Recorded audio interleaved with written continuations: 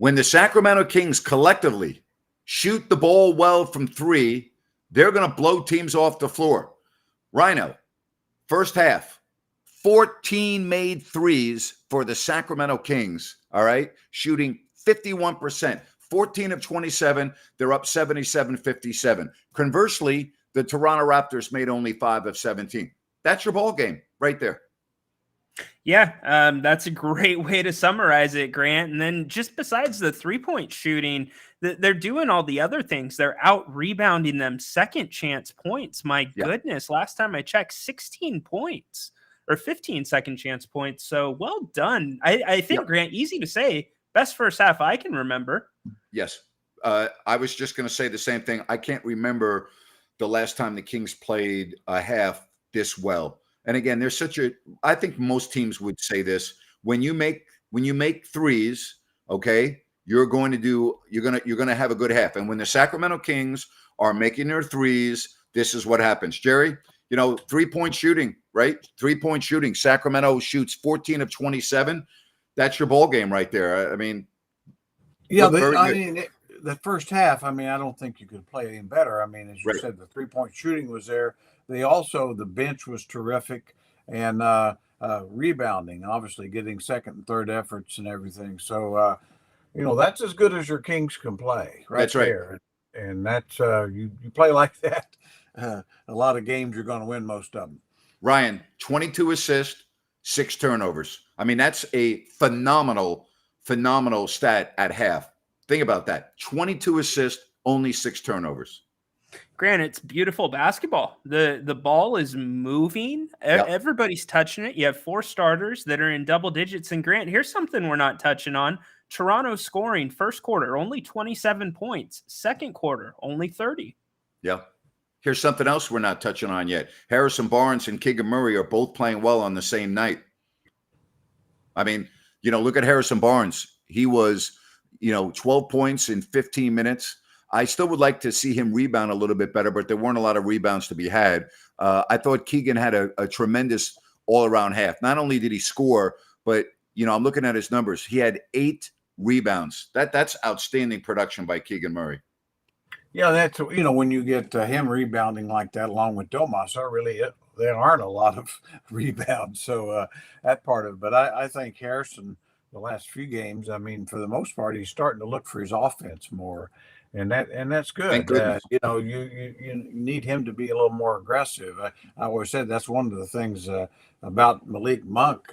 You just love. He may not always play well, but he's always going to be aggressive, looking for his offense, looking to make plays. And I think the other thing I'd say, Trey Lyles is starting to kind of assert himself a little more, and that's good. The guy's a good player. He's kind of taken tendency to just step in the background and blend in a little bit like Harrison at times. But it seems like now he's really getting comfortable in an expanded role, which he should have. How about Sabonis in that first half, Ryan? He almost had a triple-double, for crying out loud. 12 points, 10 rebounds, 6 assists. Yeah, he almost had a double-double at the end of the first quarter. He just keeps on tolling, Grant. He sets a tone for physicality, and I was just really impressed with what the front line did in the first half. And he did. Second quarter, Grant, they played without fouling. They allowed 11 free throws in the first quarter and only 2 in the second. What do you think the final score of this one's going to be, Ryan? I'm going to say give me Kings 132, Toronto 116. All right, I'm going to go Sacramento 138, and I'm going to go Toronto 115. Well, I've got about 135 Kings, 120 Toronto. All right. Well, a lot of points for the Kings. 77. Do I expect them to score 77 in the second half? No, but they certainly are capable. And, I think if they can complete this game, we start really looking forward to Sunday. The Pelicans got beat badly tonight on their home floor by the Clippers. And those Clippers, I'll tell you, oh boy. And don't forget. Go ahead. Yeah. And don't forget Zion Williamson left the game with an injury. That's right. He only played 19 minutes, I think, and he did. So we don't have a report on him yet. So, but you got to complete this game first. Listen, we know this. We've seen the Kings blow a lot of 20-point leads, and we've seen them come from behind by 20 and a flash. So there's still a lot of basketball left in this one. Well, yeah, I mean, just remember the first half against the Atlanta Hawks and the whole Yeah. game against the Hornets. So, it's NBA basketball. So the Kings have got to come out. And we've said so many times, the first 5 minutes, third quarter can really change this whole game. They could really have a nice, comfortable walk away win if they really jump on them a little more. But Toronto's got enough talent; they can get back in this game if you give them a little hope. And listen, I think what Jerry just said, Ryan, is very important. It would be a real nice situation if Coach Brown doesn't have to extend his guys a lot in the second half, because this is the third game in 4 nights. And then you have a 3:00 start on Sunday. There's a lot of basketball that's going on this week, and it would be nice if you didn't have to extend the guys. You don't want this game getting close where you got to start playing your guys in the upper 30s. Yeah, it doesn't happen very often, Grant. I mean, I can't remember the last time it happened.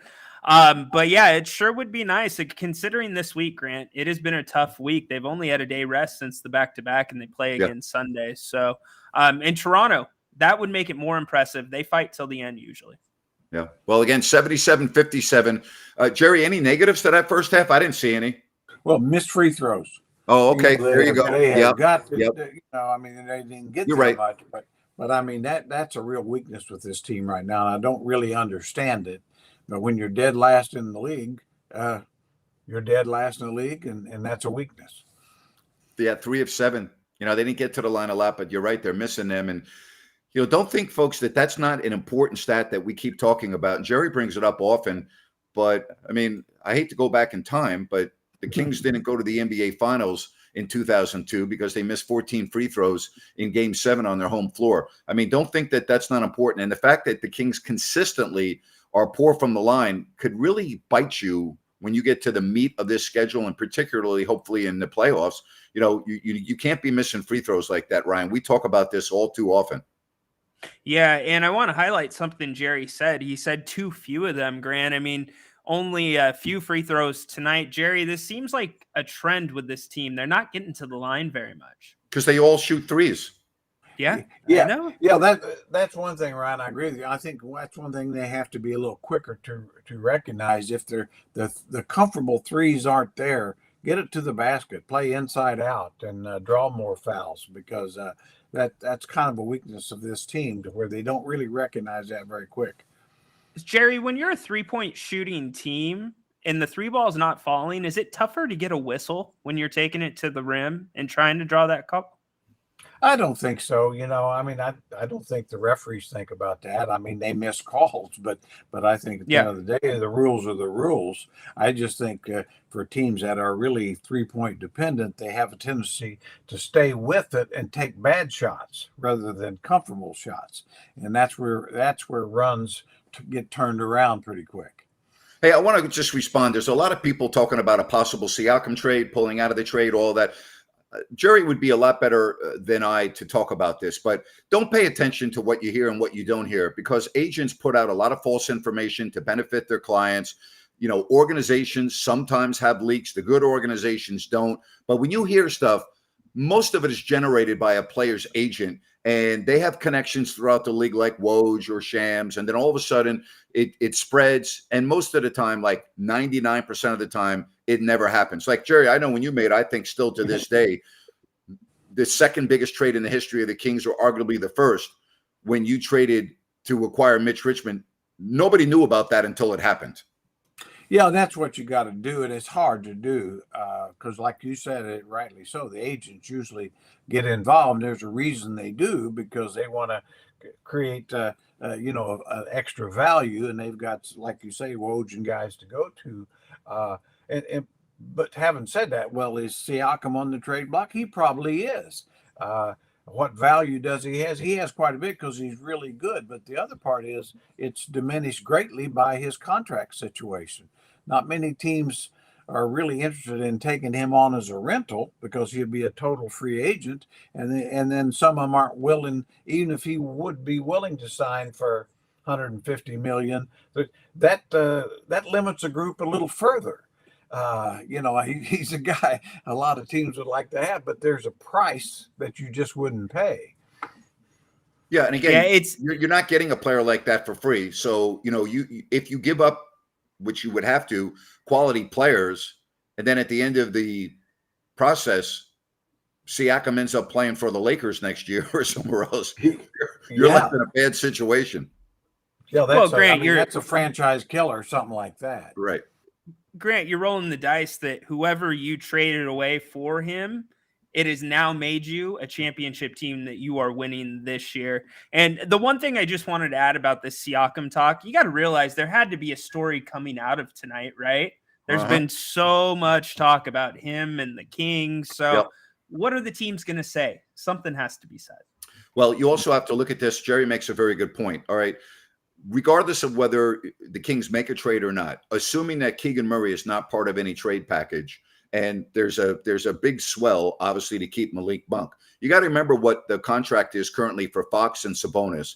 You got to figure that after next year, Keegan Murray is going to get close to a top shelf deal. Okay. And then if you keep Malik Monk, you're not getting him for a couple of dollars. This is a small market team with a small radio and TV contract. There's only so much income coming in. And Jerry, that's the real key, I think, with this team. How much are this ownership group willing to spend? Because I'll tell you right now, I don't ever see them being a luxury tax team. They're not going to be a tax team. They're just not. Very few teams in the league are. So, there's only so much money, Jerry, to go around.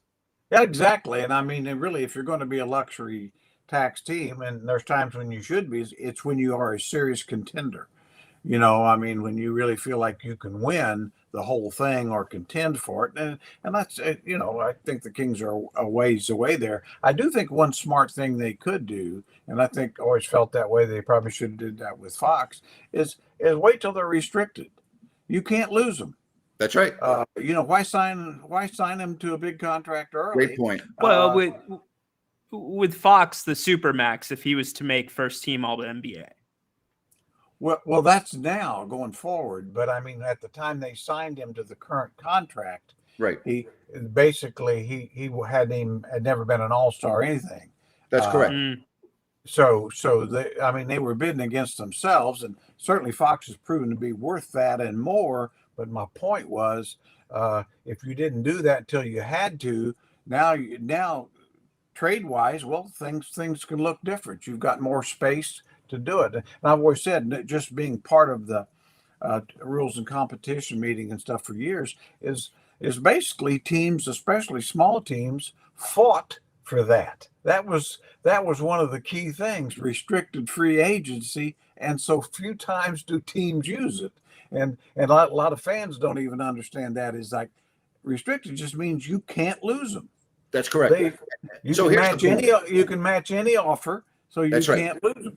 So here's the point. You don't have to give Keegan Murray a deal at the end of his third year. You can pick up the option, and at the end of the fourth year, he's a restricted free agent, which means that that you don't lose him unless you want to lose him, which they're not going to do. So, exactly. I mean, and plus the market will tell you what his value is.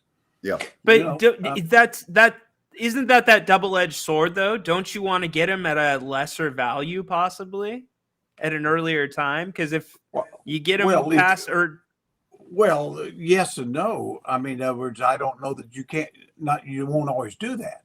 A lot of times when teams do that, they step out there too quick, and then the guy proves not to be that good. So it works both ways. But my point is, I think it's just a lot more valuable to keep space open as long as possible. And then the other part, Ryan, is you got one more year to be sure. Why wouldn't you want to see a guy play 4 years before you drop $150-80 million on him? Amen. I'm with you. You're right. I'm with you. All right. Hey, guys, the second half is going to be beginning 45 seconds left in Denver, and they're leading the Magic 119-118. A hell of a finish there. The Magic going to another close game. Jerry, thank you very much. We really appreciate your insight as always.